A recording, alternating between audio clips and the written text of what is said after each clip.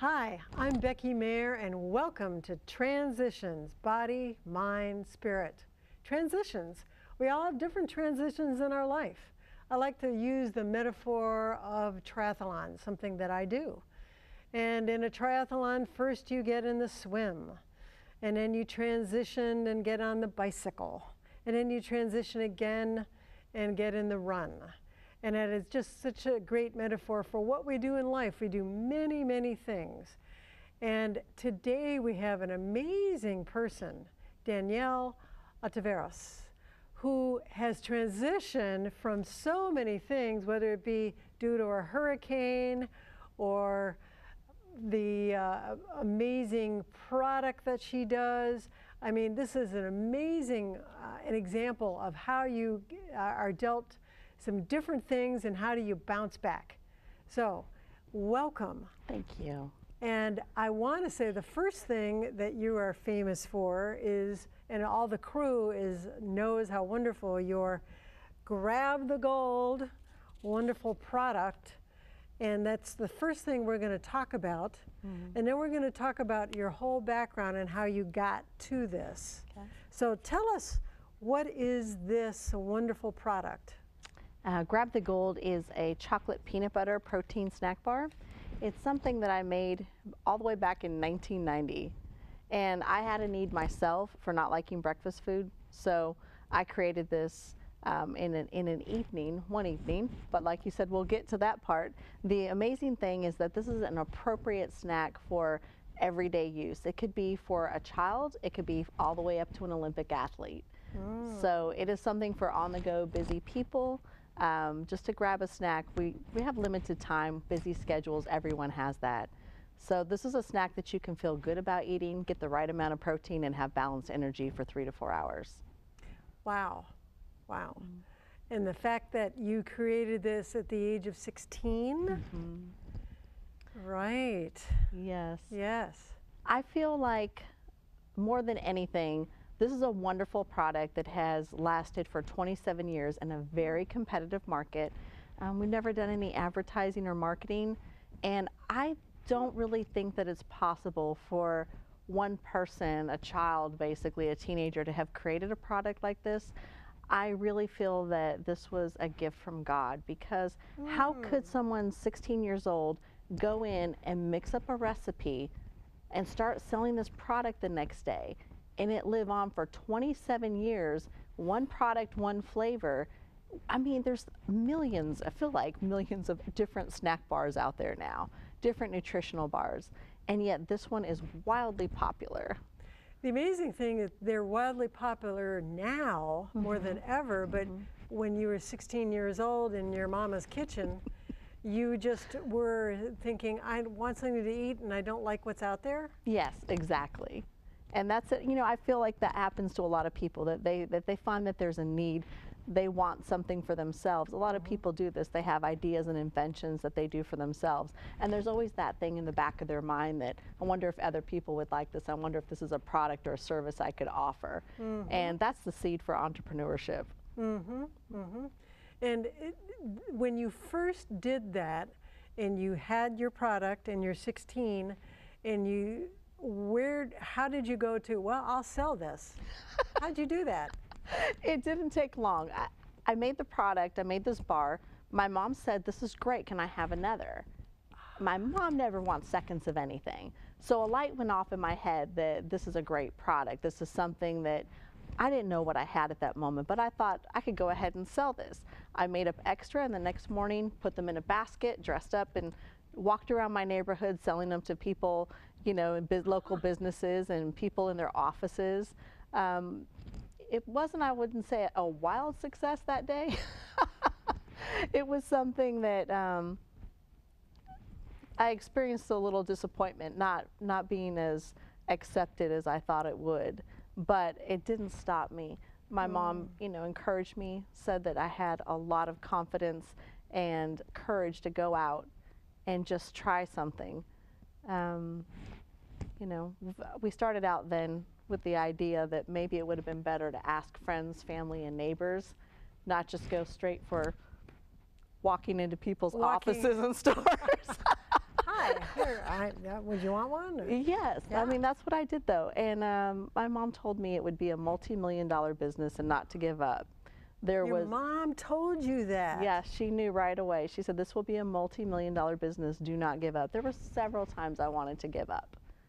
Wow. Is she psychic, or she just really believed that you had it? Both, I think. She has a great intuition and a good feeling for what's to come. Wow. And basically this business is multi-million-dollar business here in Nashville. Yes, it is. Right.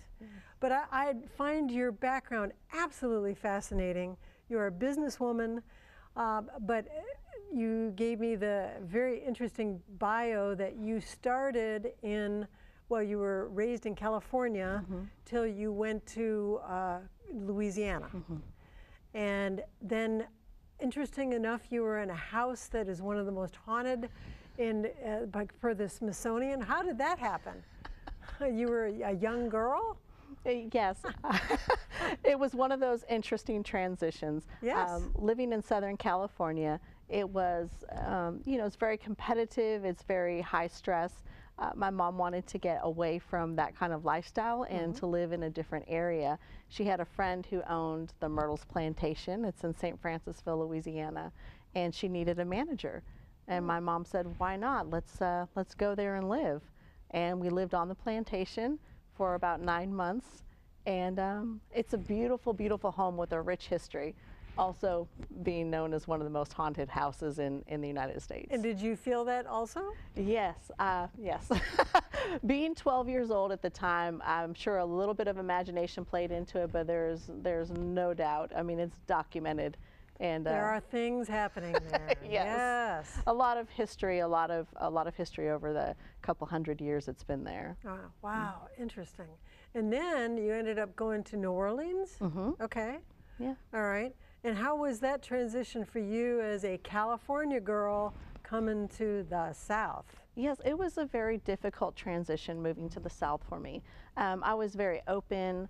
I was very enthusiastic. I just didn't have, I don't know if I would say filters, I just had a lot of enthusiasm. And people didn't quite know how to take that. I had a little bit of a Valley girl accent back then. Okay. And I think that a lot of people didn't know what to make of me. So it was a little bit hard transition. It was rough. I experienced bullying, which, you know, is more prominent now with the awareness of that. I experienced bullying and teasing by teachers and students. Oh, wow. Yeah, it was really rough. So I made the decision along with my mother that for high school, I really wanted to be homeschooled. I wanted to be around adults. I wanted to be in a nurturing environment. I felt torn. I felt like I knew who I was when I was at home, but then I felt that when I went to school, there was peer pressure, there was teasing. I felt uncertain of who I was. But when I got home, after a few hours, I would feel back to myself again. But I just felt myself being torn, if that makes sense. Yeah. And so I just said, you know, this is I was aware of that at that age, that it was a very important time, you know, being a teenager, to know who you are and to make that transition as you get older to be a confident, you know, person who knows who you are. And I just wasn't finding that school was conducive, public school anyway, so I chose to be homeschooled for high school. Wow, homeschooled, and you felt more comfortable, and you learned to be supported by your mom. And then you also had mentioned that you went to all these different countries. What a great education that is. Tell us about that. My first trip out of the country, I'd been to Mexico when I was probably about 10, but when I was homeschooled, my mom said pick any country in the world and do a report on it. And so I just chose Denmark. I have no idea why. And I did a report on it. I gave her an oral report. I even needle pointed a Danish flag. I made some Danish food. I mean, this is like, some people are concerned about homeschooling their children, but I was always been an overachiever. So she just asked for a report about the country. You're doing the cooking, and the needle pointed the flag. That's pretty amazing. Yeah, and so after I did the presentation, she said, well, guess what? We're going to take a field trip. We're going to Denmark. Wow. So that was the first of many trips, but we traveled the world, lots of different countries.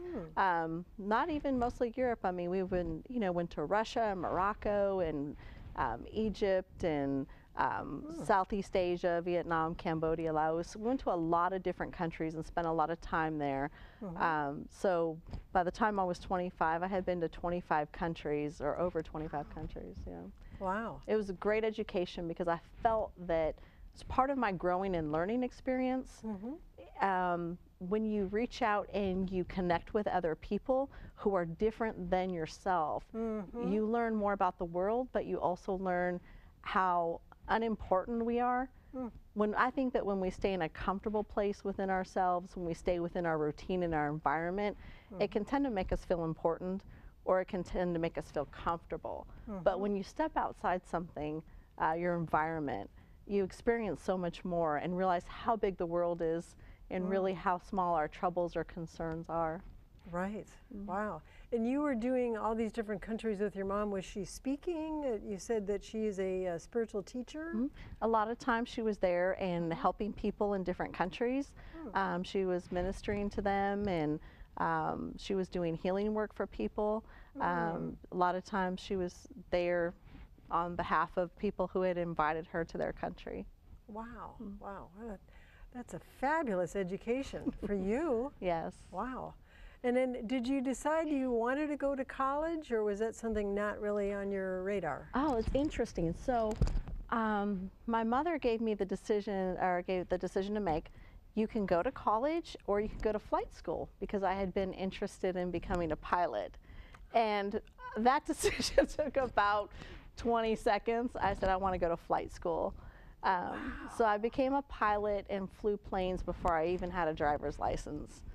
And wow, that was your college, going to flight school. Yes, and I really enjoyed it. I excelled at it. Had a lot of job offers before I even got my pilot's license.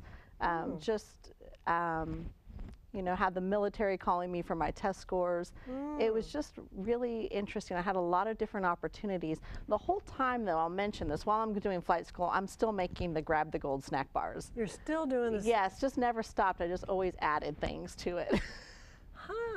Wow.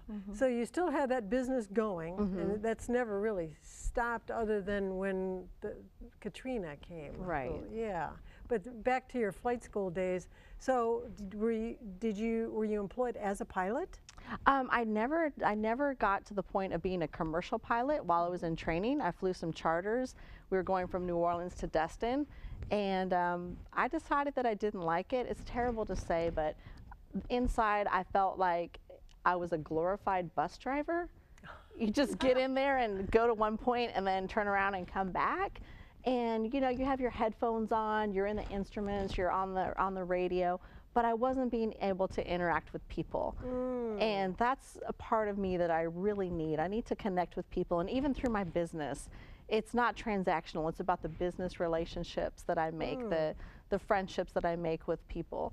That's what's most important to me. So I felt that, being a pilot wasn't really, I fulfilled the dream. I fulfilled my desire to become a pilot, but I didn't feel like that's where I wanted to go ultimately in my life as a profession. Right.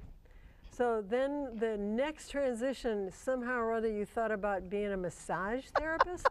From pilot to massage therapist? Yes, I told you I needed to be around people. Yes, well, that's intimately around people. How did that pop in your mind?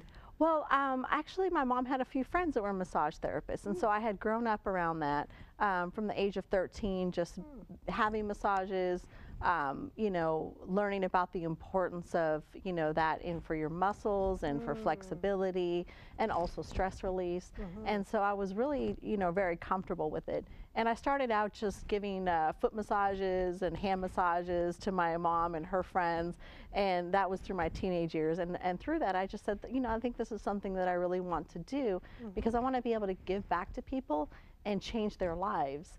And even if it's through giving them a massage, if they feel better, then I'm going to be making a difference. And instead of just going about maybe getting a job at a salon or a day spa or, I don't know, a gym, I started out by sending a letter to Mike Ditka, who was the head coach at the Saints. Mike Ditka, is that the same guy that was with Chicago? Yes. The coach. The coach. You sent a letter to the coach. Yes. Wow. Yeah, and he when he received it, I offered him a massage, and when he received it, he called me the day he opened it, the second he opened it, and said, "I would like a massage. Can you come to the facility now?" Whoa. Like not tomorrow, but now. How bold, how Yeah. wonderful. Yeah. Yeah. So he really liked it, and he said that he was going to become a regular weekly client, which he did, and to start, offering massages to the football players. And within no time, I had basically the entire team, getting massages, and I would just go to their homes and work till 2 or 3 o'clock in the morning, and Oh my heavens. yeah, go to their training camps and their hotels the night before a game, and just make sure that they were ready and that they could play their best. Wow. Well, I have a number of friends of mine that are massage therapists, and based on what they tell me, doing large muscular men is work. Yes. And what is that like? I mean, these are behemoths. Yeah, sometimes the massages an hour and a half was usually the minimum, Right. just because they had so many problem areas, their low back, their knees, they're just whatever was bothering them. And then they had a lot of stress in relation to their physical effort, as well as their job is very stressful to them. So it was exhausting for me. I usually had a lot of back pain. You had back pain. Yeah, I was. You needed a massage therapist. I was seeing massage therapists, chiropractor, doctors. It was a lot of times I had thoracic strains. My back was strained a lot. It's a lot of pressure. Generally 80 to 100 pounds of pressure, like putting on there at all times. Whoa. So it was basically almost like lifting weights for 8 to 10 hours a day. Yes. And then again, still making grab the gold during this whole time. Grab the gold was being made by hand and hand packed and everything at this time. So I would literally work from about 5 or 6 o'clock in the morning, go ahead and do my grab the gold business, and then when they got out of practice around 1 o'clock, I would start doing massages till about 2 or 3 o'clock in the morning, sleep for about 2 hours and go again. So. Whoa, you don't need a lot of sleep then. Not then, not in my 20s. Wow. Wow, and were any of the NFL players going, I like grab the gold, I want that? Yes, a lot of them were offering to, be sponsored by Grab the Gold. Some of them said, this is so good, can you make a bar for me? I want my own bar, like under my name. And, yeah. But yeah, they all loved them. Yeah, wow, wow. And so how long did you do the massage with the team? This is the Saints in New Orleans? Yes, the New Orleans Saints, I did massages for them for 10 seasons. 10 seasons, that's a lot. It's a very long time. That is a lot. Wow, and what made you decide, well, it's time to part ways? I had thought about it a couple times and I had retired, but I actually had a lot of people either very upset, football players or coaches very upset, or even crying. Oh, wow. It tugged on my heartstrings that I was needed. So I really wanted to focus on my snack bar business, but it's hard to say no to people when you have a close relationship with them, in life. Especially if you're a business where it's an interpersonal business, it's difficult to say no, I'm not going to help you because I'm doing something else. So really that decision got made for me by Hurricane Katrina. Katrina, the hurricane. So you were living in New Orleans and doing the massage therapy and grab the gold and not getting much sleep. And then Katrina came. What happened? Okay, so I was actually making grab the gold because I knew that there was going to be a big hurricane hitting. I was actually making them at the moment when people were evacuating the city. And then we got the news that they were going to close the city by 5 p.m. And so anyone who wants to get out, get out. So I just, cleaned up the kitchen, still cleaned up the kitchen at our facility, and went home, and my mom, her friends, we put all of our pets in our cars and we evacuated. And it was interesting. We evacuated to Little Rock, Arkansas, and the next morning we were watching the news of the levees breaking and the flooding, and it was the most devastating thing because it was surreal. You know, you live there, you know it, you're looking at the streets on TV that you know, you're wondering how people are. The cell phones weren't working at all. You don't know who's safe and who's not. And what's going to become of the city where you live and the people who you know and love. It was a difficult time emotionally. I bet. And then was your home literally destroyed? Yes, it was. It was. Whoa. So then what happened? There's no business. Yes. Everything is at a standstill. You're not massaging people. There's no grab the gold.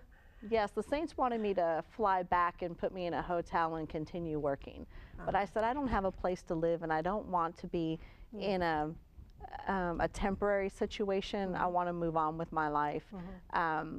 So I opened my emails in the hotel room in Little Rock, Arkansas, and the question was, where do I live? Where do you go?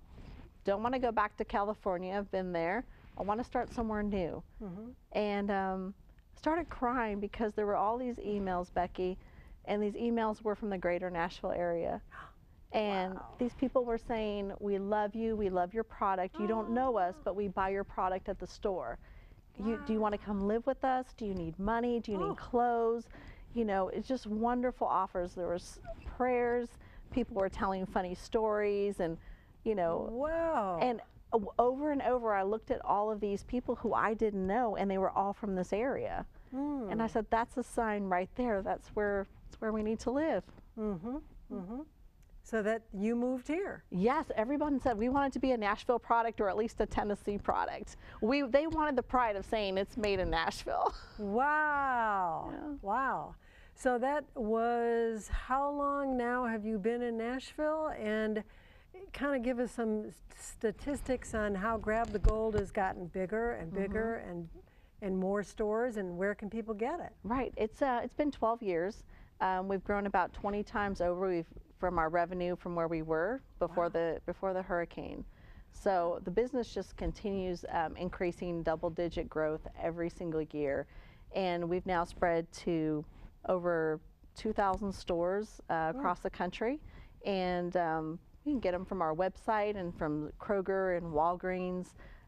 It's just an amazing growth now. The main thing I really like about it is having a business where we can support local people for them to be trained and grow and have opportunities. So I like to be hands-on in the business to really help a lot of people. And what is your vision? Do you envision a new product and your product in all states worldwide? Is that part of it for you? Yeah, I'm not a very ambitious person, but the You're product. Not? I mean, it doesn't seem that way. I guess I would say I'm not ambitious in that I don't have a goal and need to conquer things. I let things grow organically and show me where it wants to be led. So with Grab the Gold, it's just been growing, you know, by itself. It's really organic. It's the word of mouth of loyal customers. And so we've now been asked to make another product by a major grocery store. So we're going to make another flavor, which will be out in the fall. Another flavor. Will it have peanuts in it? This one will, yes. Okay. And I think until we're a larger facility where we can have separate, or maybe even a separate facility for non-peanuts. Right, for people who have allergies or whatever. Yeah. Wow. So you'll have a new product, and you don't necessarily have a design to conquer the world, but you're just going to organically let it kind of come through. Yes, that's a great description. Okay. All right. And then as far as your living style, it sounds like you're kind of a country-ish type. You have acreage where you live, and are you a nature person or? I love nature. I have to be around a lot of trees and a lot of animals, wild animals. I don't care, dogs, cats, farm animals, but I just love animals, wildlife, and trees. And it's just, to me, the part of, you know, you have traffic and you have your business and you have daily life, but when you come back home and you're around trees and it's just so nurturing and relaxing, to me it's just a part of kind of coming back to who you are and just being in a natural state. It's so important. It sounds like the home is your sanctuary. It always has been. Yeah. And are you planning on doing traveling like you did with your mom? Is that a part of it, or you've kind of burned out on that? I love to travel. I love adventures. I love meeting new people. It's just a matter of finding the time. And, you know, life is short. Life is important. Meeting new people and experiences is important. So that's my goal, is to find time to enjoy it while I'm taking this journey, not postpone it. And are you still doing the pace that you had, 2 hours sleep? It's amazing what you have done. No, that's impossible now. At this age, it's impossible. I can pull some late nights if I have to, but 12 to 15-hour work days are fine. Okay. Wow.